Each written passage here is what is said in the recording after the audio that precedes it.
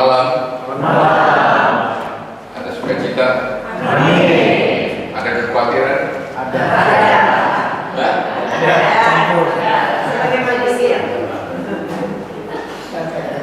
Siapa yang sukacita sekarang? Semua ya? Siapa yang khawatir?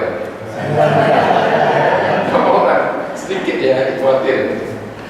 Banyak sukacita. Damai sejahtera bagi bumi. Amin. Oke, saya diminta untuk berbicara mengenai tahun 26. Itu bilang itu coba dibicarakan mengenai tahun 2026 tantangan atau peluang. Terus saya pikir ini saya bisa menjadi tukang nujum betul-betul. Karena saya sendiri nggak tahu apa yang menjadi 2026. Ya, tapi kita kira-kira saja. Sebelum kita maju ke 26, tentu kita harus introspeksi atau kita lihat lagi ke belakang kehidupan kita tahun 2025. Slide. Tahun 2025 itu kita mengalami kesulitan. Ya, banyak sekali. Nomor satu, instabilitas ekonomi dunia. Betul ya? Benar ya? Yang kedua, itu ada perang tarif antara USA dan dunia luar, terutama antara USA sama China. Itu banyak sekali yang kena dari kita. Ya. Yang kita pada bulan Agustus kita juga mengalami demo besar-besaran, ya. Ya betul kan? Ya. Hampir tumbang pemerintahan. Ya. Yang keempat, kita banyak juga perang Teluk tidak kunjung selesai. Sampai sekarang katanya mau mau damai-damai, tapi tidak juga ya. Tapi sekarang sudah banyak yang berani pergi ke Israel ya. Sekarang sudah mulai mereka pergi.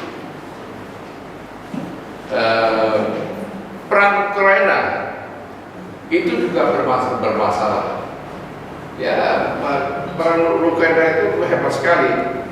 Ya, sekarang Amerika condong ke Rusia, tetapi NATO, EU itu tidak begitu saja menerima, dan mereka tetap aja mau minta Ukraina untuk berperang. Jadi tidak diam. Jadi itu masih lama nggak? Wah, kayaknya masih lama, cukup lama. Itu berlanjut tahun 2026 semua itu kayaknya. Sekarang ketegangan lagi ada lagi barusan ini, baru 1 bulan mengenai Beijing sama Tokyo. Ya, dengar ya? Ada nggak? Dengar nggak? Dengar ya? Lagi kurang enak tuh hanya mengenai Taiwan. Ada lagi nih ketegangan baru antara USA sama Venezuela. Benar? Ya? Ada ya? Itu dibom. Dengar nggak ya? Cuma hanya nonton nonton drakor aja. Nonton drakor tapi nggak tahu lagi situasi dunia, nggak peduli. Ya kecuali ya mungkin Medi nggak perlu dia pokoknya asal bukan. Jadi ketegangan antara di selatan kita juga ada dekat tetangga kita, antara Thailand dengan Myanmar. Kamboja. Myanmar, Kamboja ya, Kamboja. Thailand, Kamboja. Ya, Thailand sama Kamboja. Itu juga masalah. Ya. Dan kemudian barusan ini minggu-minggu ini kita mendengar banjir besar di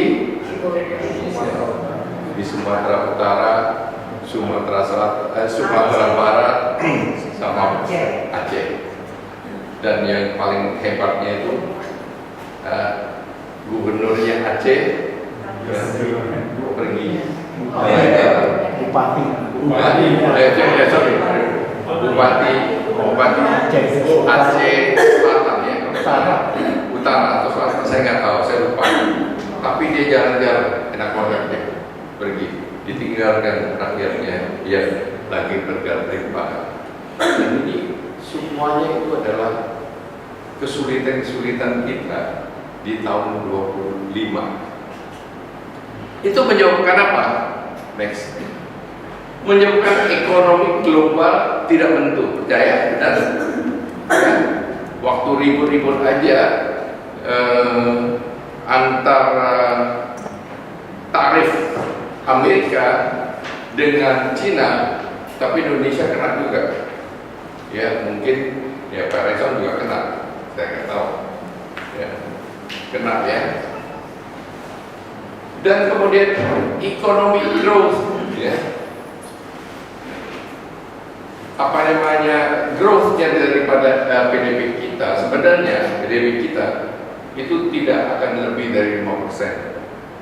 Ya. Kalau dulu sampai itu 4,6 cuma. Ya, tapi karena ini diganti Menteri Keuangannya, itu kemungkinan bisa mencapai 5%, tapi tidak akan lebih dari 5%. Pajak dinaikin. Ya kan kemarin itu kan PPB dinaikin, seenak perutnya aja, semua pejabatnya pemerintah naikin. Tapi untung masih ada Menko baru, ya status quo, ya anggap ya sudah nanti saja. Tapi memang sebenarnya yang benar adalah orang di mana-mana ada kesusahan itu pajak nggak bisa dinaikin.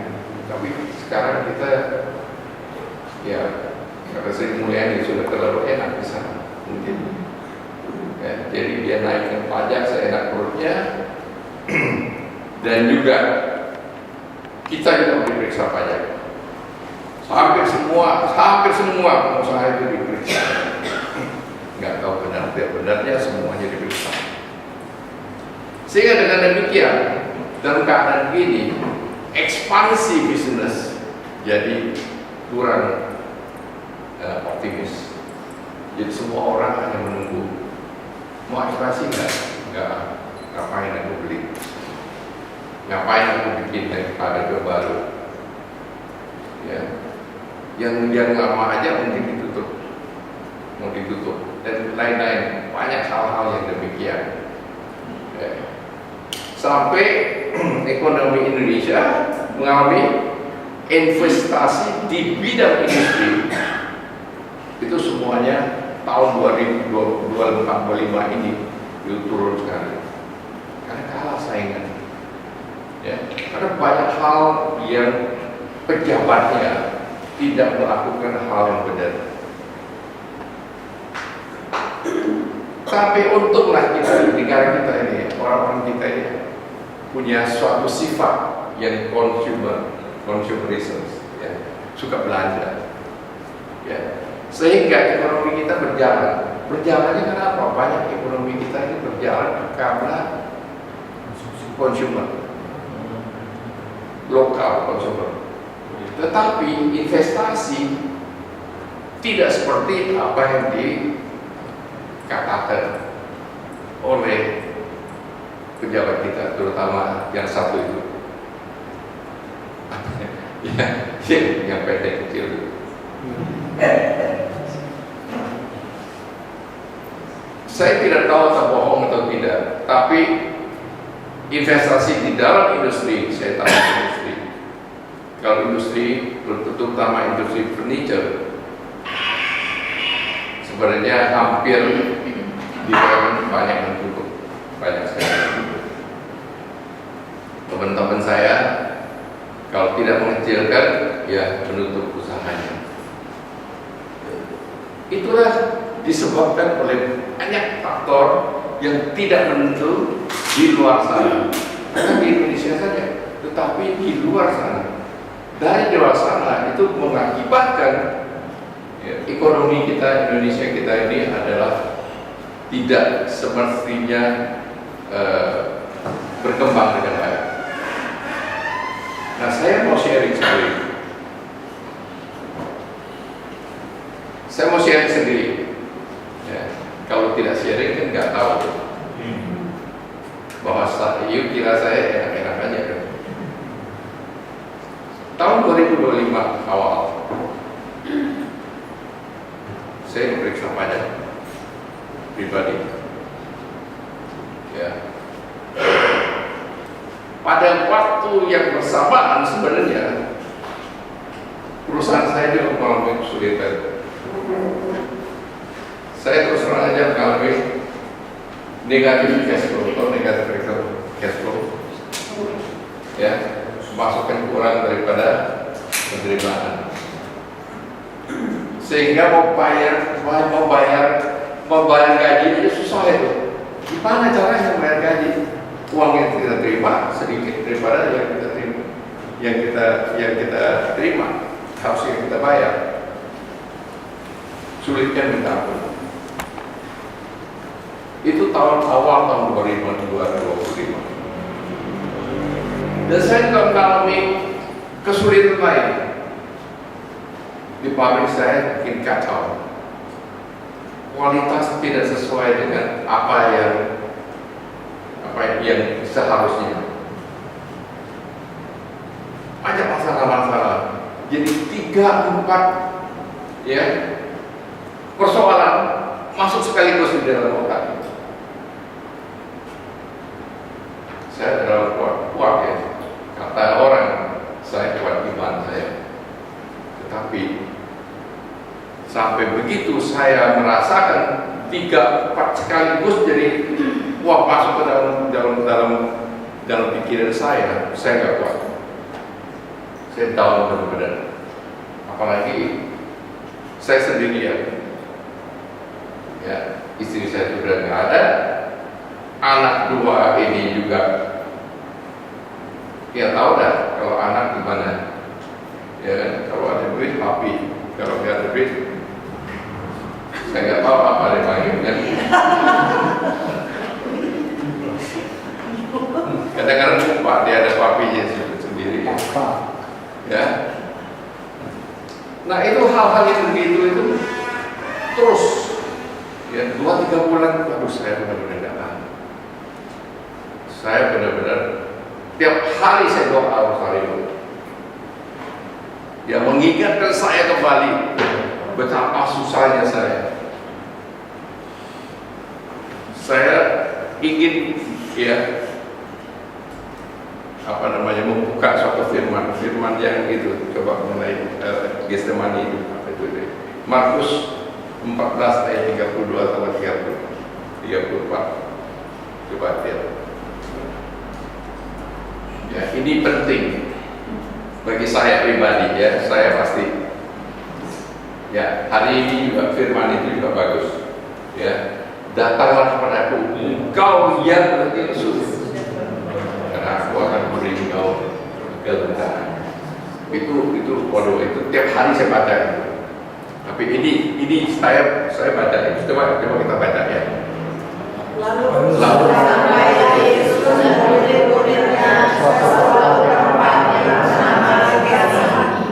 Kata Yesus kepada murid-muridnya, duduklah di sini sementara aku berdoa. Terus 3 Dan ia membawa Petrus, Yakobus dan Yohanes sertanya. Dia sangat takut dan gentar.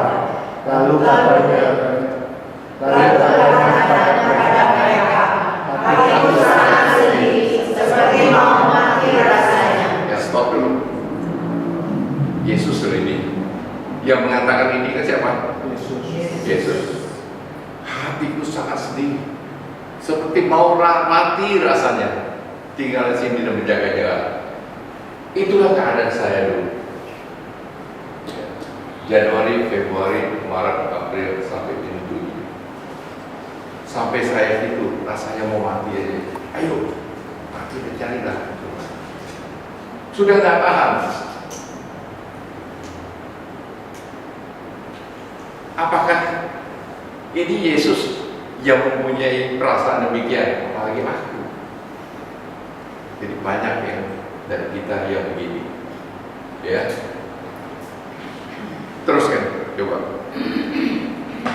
Sedih ya, hatiku sedih, sangat sedih, gitu. Ya, terus Ia Ia masih sedikit memperbaiki pertemanan dan berdoa supaya sekiranya mungkin saat itu lalu daripadanya. terus katanya, ya Bapa, tidak ada yang mustahil darimu. Ambillah cawan ini daripadaku, tetapi janganlah apa yang aku kehendaki, melainkan apa yang Kau kehendaki. itu yang ya. Kalau bisa tolonglah aku Tuhan, ambillah cawan ini, lawanlah aku punya persoalan ini, ambillah. Tetapi ada yang dia, terjadilah menurut kehendakmu, bukan kehendakku. Nah, kita kan selalu kehendakku yang harus Tuhan tepati adalah aku, cepatlah selesai. Tetapi bukan itu yang dikehendaki. Adalah kehendakmu yang terjadi, bukan kehendakku. Ya, terus Setelah itu ia datang kembali dan mendapati kejadian sedang tidur. Dan ia berkata kepada Petrus, Simon, sedang tidurkah engkau? Tidakkah engkau sanggup menjaga satu jam? Berjaga-jaga dan berdoalah supaya kamu jangan jatuh ke dalam pencobaan. Roh memang menurut, tetapi jadi lemah. ya, terus Lalu Ia pergi lagi dan mengucapkan doa yang itu juga. terus Dan ketika ia kembali pulang, ia mendapat mereka sedang tidur, sebab mata mereka bergerak dan mereka tidak tahu apa yang harus mereka berikan kepadanya. terus kemudian Kemudian ia kembali untuk ketiga kalinya dan berkata kepada mereka, tidurlah sekarang dan istirahatlah, cukuplah saatnya sudah tiba. Lihat, Anak Manusia diserahkan ke tangan orang-orang yang berdosa. demikianlah firman Tuhan. terpujilah Yesus. Jadi orang lain kadang-kadang nggak tahu ya, disuruh berjaga-jaga, muridnya tidak mau berjaga-jaga. Ya, dia nggak tahu apa yang dirasakan oleh Yesus. Ya, kadang-kadang kita juga begitu ya, tidak dirasakan oleh orang lain, kita sendiri yang merasakannya. Tapi itulah ya tapi untung kita masih ada Yesus. Ya, dari hal apapun yang terjadi di dalam diri kita, kalau kita hanya mendengarkan firman-Nya, kita akan bisa diselamatkan. Nah, kembali ke sharing tadi, itulah perasaan saya waktu beberapa bulan yang lalu. Dan saya mencari jalan. Jalan pertama adalah pinjam duit lagi. Itu paling gampang sebenarnya, tapi menambah beban. Yang kedua, saya mau tutup pabrik saya. Tetapi saya juga harus membayar ya apa namanya itu pesangon itu kira-kira 15 miliar.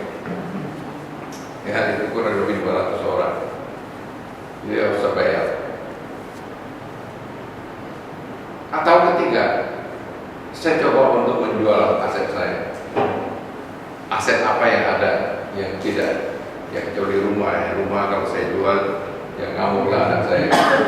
Ya. Jadi saya cari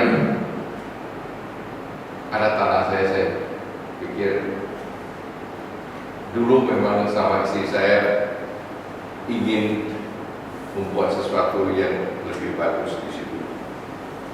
Tapi saya pikir ini udahlah, saya juga udah lebih 28-79 pada waktu itu. Mau ngapain lagi? Capek saya. Udah saya jual aja. Tapi karena itu besar sekali. Waduh, itu jual setengah mati. Tidak gampang. Almost impossible untuk dijual. Saya ada 2 pabrik. satu depan, satu belakang. Ya depan enggak saya tidak apa namanya, tidak menggunakan lagi. Semuanya saya taruh ke belakang karena memang bisnis kita sama diperkecil saja dari dulu. Sehingga ini ada kelebihan. Kalau saya pikir saya jual juga. Ya tapi itu juga nggak gampang jualnya. Karena itu kan 5.000 meter dan semuanya sudah ada bangunan. Ruko saya mau saya jual juga. Pokoknya apa aja yang saya lihat bisa dijual, saya jual, saya mau jual saja. Karena saya sudah tidak bisa berpikir, tidak bisa berpikir logis, logikanya hilang sudah. Karena saya tahunya hanya saya utang bank. Saya utang bank begitu banyak sehingga saya diminta untuk bayar bunga sebegitu besar setiap bulan, dan kemudian setiap bulan saya harus bayar gaji karyawan saya itu kurang lebih hampir 2 miliar, ya 2M. Jadi kalau satu bulan saya tidak terima uang 2M atau lebih, saya akan masalah. Jadi itu tiap hari itu hanya ngurusin apa? Main duit aja. Gimana saya harus cari duit? Itu cari. Tetapi saya juga punya masalah. Masalahnya kenapa? Karena kualitas daripada kerjaan kita itu banyak konflik, ini konflik, itu konflik, sehingga uang kita tidak bisa terima. Saya tidak bisa menerima uang, dan itu merupakan sesuatu yang sangat sengit sekali. Pada waktu itu saya sudah benar-benar tidak punya apa ya, benar-benar dalam keadaan sudah sangat susah, yang seperti Yesus katakan tadi, karena dia juga tahu dia akan meninggal, ya, akan dikhianati, dia tahu, ya, tapi itulah namanya sisi manusiawi daripada Yesus. Yesus bisa melakukan apa aja, tetapi dia juga 100% manusia. Itu ada di dia, dan itu perasaan itu ada padanya. Sehingga saya jual karena itu jual juga iseng-iseng. Ya mau oke lah, ada sudah. Tapi kebenaran dia mau juga gitu. Ya udah. Saya akhirnya terjadi transaksi, dan sudah terjadi transaksi pun itu masalah karena itu kan di BSD. BSD itu tidak segampang itu menjual komersial, coupling komersial. Itu komersial. Jadi saya jual. Jadi banyak sekali masalah-masalah. Dan saya sebenarnya dengan Romosan Samuel itu cukup dekat. Dia juga heran, kok saya bisa jadi kayak gini gitu. Wah, gimana ya? Dia coba untuk mencari juga jalan ya, ke Sinarmas dan lain-lain, tapi itu juga nggak segitu gampang karena Sinarmas kan besar sekali, ya. Dan orang dan bosnya itu tidak langsung ya ke sana, dia melalui beberapa orang. Akhirnya selesai itu ya puji Tuhan dia bayar. Ya, bayar selesai, aku ambil uang itu langsung tempel langsung semua bank, bayar semua, balik, nggak mau lagi. Ini yang bikin problem saya. Ya, bayar sama sekali, saya nggak mau lagi utang. Nah, selesai itu, saya puji Tuhan, saya nggak tahu gimana, Romosan ngajak saya pergi ke Camino. Nah, aku pikir ya udahlah, ada duit sedikit, oke lah. Aku sudah 6 bulan, 7 bulan itu sudah tidak merasakan enaknya hidup. Nah, sekarang saya sudah merasakan ringan karena tidak ada lagi utang. Itu yang penting kan.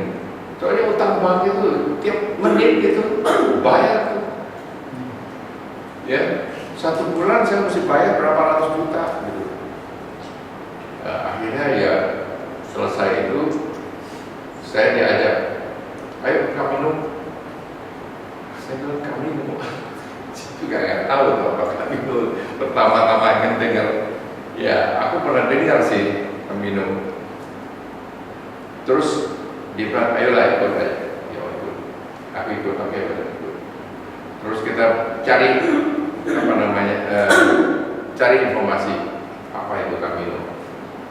Rupanya ada perjalanan, ada yang 600 km dari Portugis, ada yang 500 km, ada yang 220 km, ada yang 127 km. Nah itu yang pendek saya jalan.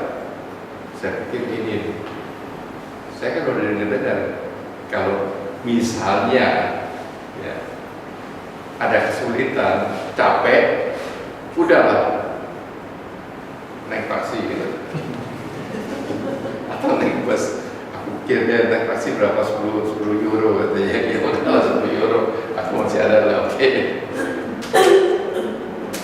Nah jalan berangkat kita dari Jakarta ke Lisbon.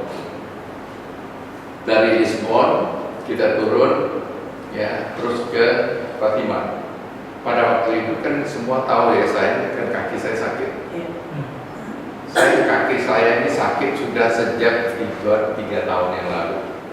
Waktu ke Filipina itu jalannya pakai apa namanya, ikuti pimping, jalan 5 km, saya duduk di depan, enggak, kaki saya tetap begitu, jadi sampai sekarang masih agak sakit. Nah, gimana saya jalan 127 km